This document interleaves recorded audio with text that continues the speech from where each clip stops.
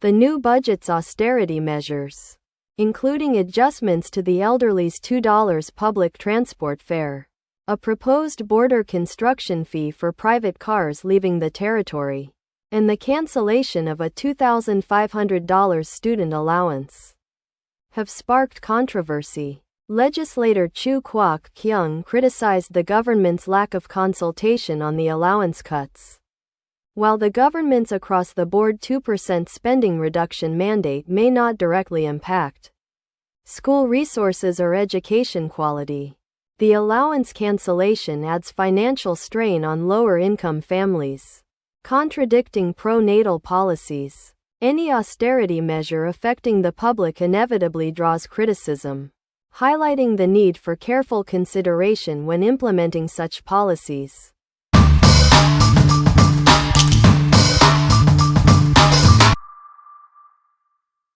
The government's cancellation of the 2,500 Hong Kong dollars student allowance for primary and secondary school students, as outlined in the budget, has sparked controversy among educators, who accuse the authorities of insufficient consultation.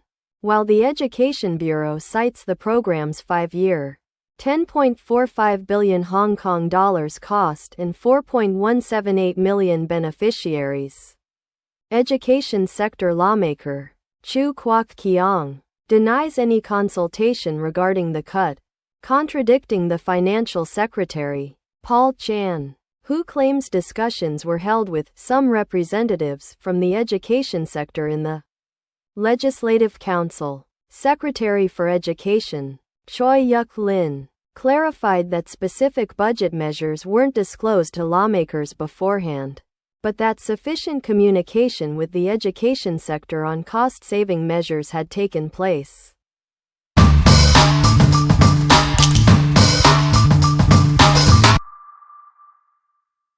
The upcoming budget projects land sales revenue at a low 21 billion Hong Kong dollars for 2025-26. Financial Secretary Paul Chan emphasized a reduced reliance on land sales, prioritizing income from profits tax and salaries tax.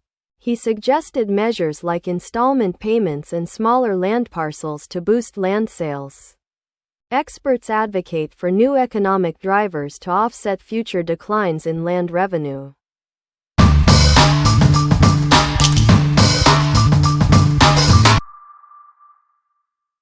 The budget proposes increasing debt issuance to 150 Hong Kong dollars minus 195 billion annually for the next 5 years, to fund infrastructure projects like the Northern Metropolis.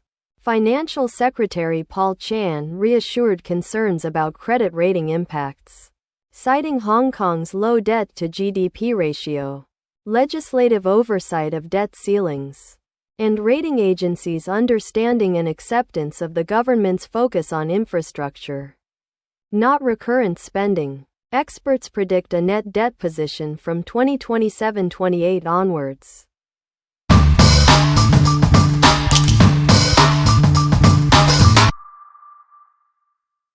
The 2025-26 budget prioritizes expenditure control, with a planned 2% reduction in recurrent government spending for 3 consecutive years. However, analysis reveals that 63 government departments and units saw budget increases ranging from 0.22% to 170%, notably the Election Affairs Commission due to upcoming elections.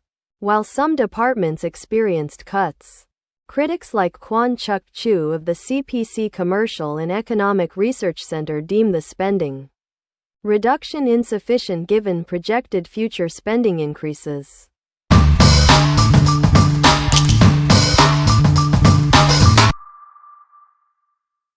The 2025-26 recurrent expenditure budget for various government departments shows both increases and decreases. Of the 82 government departments and units, 23% experienced budget reductions compared to the 2024-25 revised budget. The Innovation, Technology and Industry Bureau and the Innovation and Technology Commission saw the largest reductions at 27.9% and 16.4% respectively.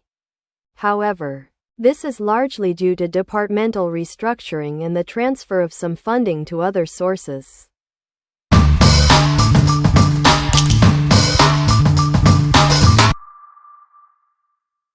The 2023-24 budget proposes a 2% annual reduction in civil servant positions starting in 2026-27, with all policy bureaus required to submit plans this second quarter. Several departments already reduced staff in 2025-26, including the police force, which will cut 199 positions, 0.52%. Primarily in maintaining social order, reducing by 153 roles.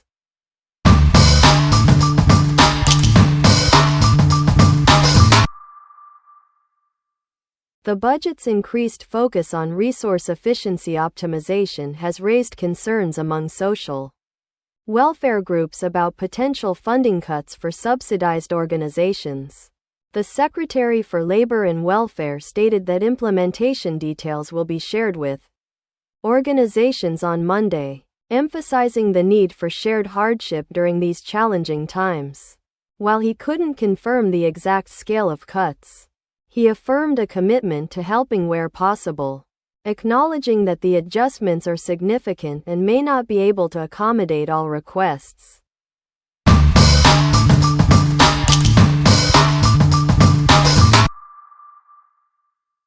The 2024 budget proposes revising the $2 public transport fare concession. It will become a 20% discount on fares of $10 or more, capped at 240 rides per month. The 20% discount will be implemented by September 2024 at the latest. While the ride cap's implementation timeline is yet to be determined, the Labor and Welfare Secretary, Chris Sun, explained that adjusting approximately 17,000 Octopus readers across the territory requires time for calibration and testing, estimated at 18 months, and ongoing discussions with Octopus and transport operators. Regarding the ride cap, given its unprecedented nature, a cautious approach is being taken to ensure accurate implementation, with efforts underway to expedite both adjustments.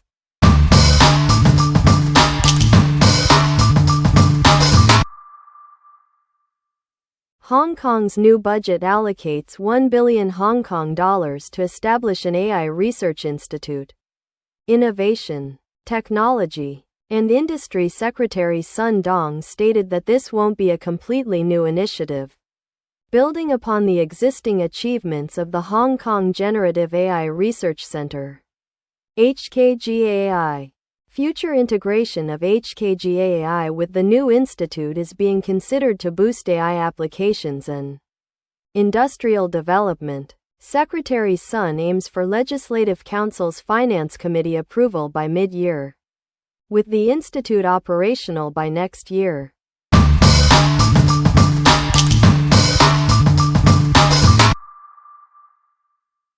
The government's 4-year pilot program providing cash subsidies for public housing applicants ended in June and will not be continued. As announced by the Financial Secretary, the Housing Bureau cited prudent use of public funds as the reason for its termination.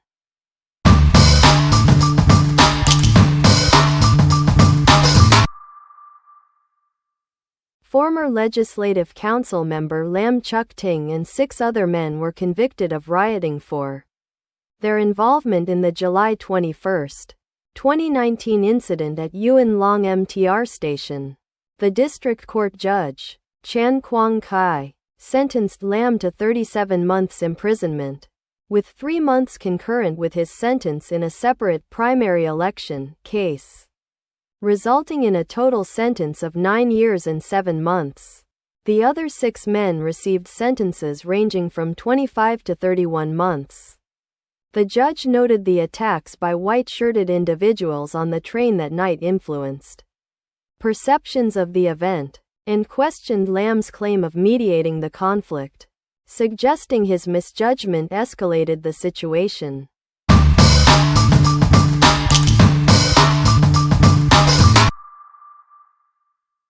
The judge, Mr. Chan Kwong-kai, handed down sentences ranging from 25 to 31 months to 6 defendants in the case.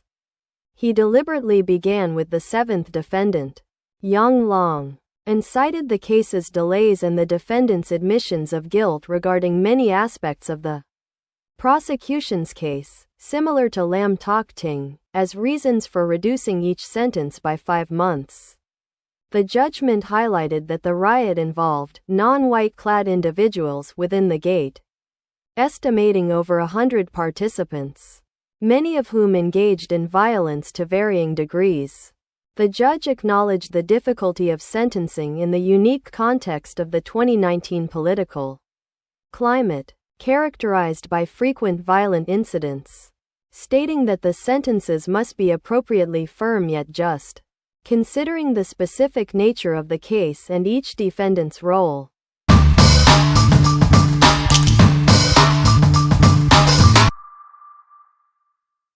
Seven defendants, including Lam Chuk Ting, were sentenced in a riot case yesterday. Representatives from the U.S. and Canadian consulates general in Hong Kong and Macau attended the hearing, while members of the public began queuing as early as 3 a.m. to secure a seat. Over 100 public gallery tickets were distributed by court staff before the 11 a.m. start time. The courtroom, Court 49, was full, with all 85 public seats occupied. Some defendants' friends were seated in an overflow court but greeted the defendants outside the main courtroom. Sobbing was heard from the public gallery during the sentencing.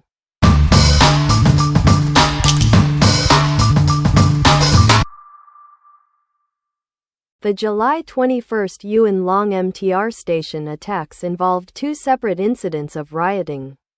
The disparity in sentencing highlights the complexities of the events and the challenges faced by the judicial system in achieving justice for all parties involved.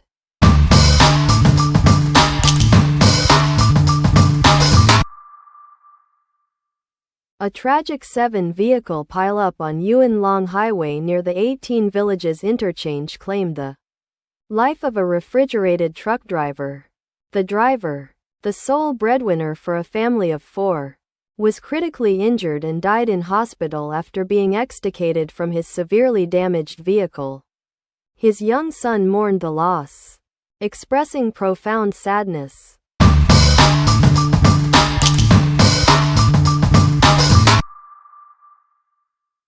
A 37-year-old man died in June 2022 after contracting the B virus, herpes B virus, from a monkey attack in Hong Kong's Kam Shan Country Park in February 2022.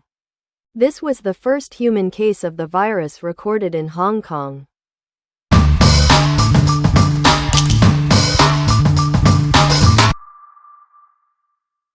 "12 white-shirted men have been convicted in relation to the Yuen Long MTR station attack on July 21, 2019. The case of Wang Zhirong, initially acquitted, is being reconsidered following a successful appeal by the Department of Justice regarding the presentation of evidence. Yesterday's hearing in the district court focused on the quality of photographic evidence, with the judge noting the blurry images made positive identification difficult. The judge's comments highlighted the challenges of facial recognition in such circumstances.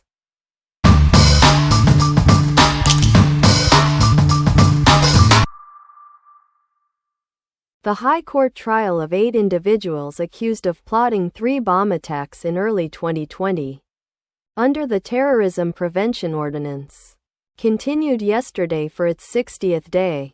An expert witness from the police's Explosive Ordnance Disposal Unit testified that the chemical materials found in the defendant's industrial unit could be used to create homemade bombs posing a lethal threat.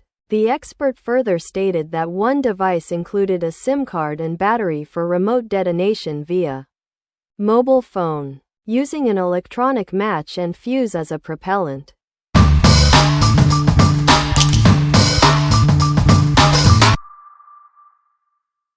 Former Civic Party member Chow Kim Hao, accused of repeatedly posting messages on social media advocating violence and inciting hatred against the government, including content related to revolution and Taiwan independence, was charged with one count of publishing seditious publications under the national security law. The case was adjourned at West Kowloon Magistrates Courts until April 28, or earlier, to await the Court of Final Appeal's judgment in the final appeal case of former People Power Vice Chairman, Fast Beat, Tam Tok Kai.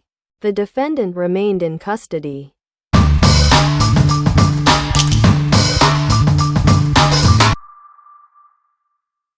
Following Taylor Swift's exclusive Southeast Asia concert in Singapore last year, reports suggest Singapore may have secured another exclusive, this time with Lady Gaga. While some Hong Kong academics express concern about Hong Kong consistently losing out to Singapore, potentially harming its international image, others argue that the economic benefits of a few concerts are limited and that Hong Kong should prioritize strengthening its traditional strengths like finance.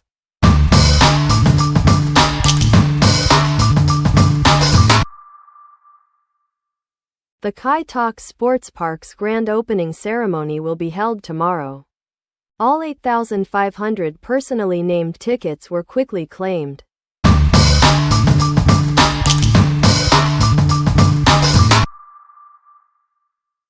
The new budget outlines a strategy to attract high-impact sporting events to Hong Kong.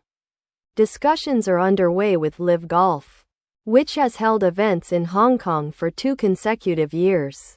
Regarding a long-term partnership, details will be announced soon.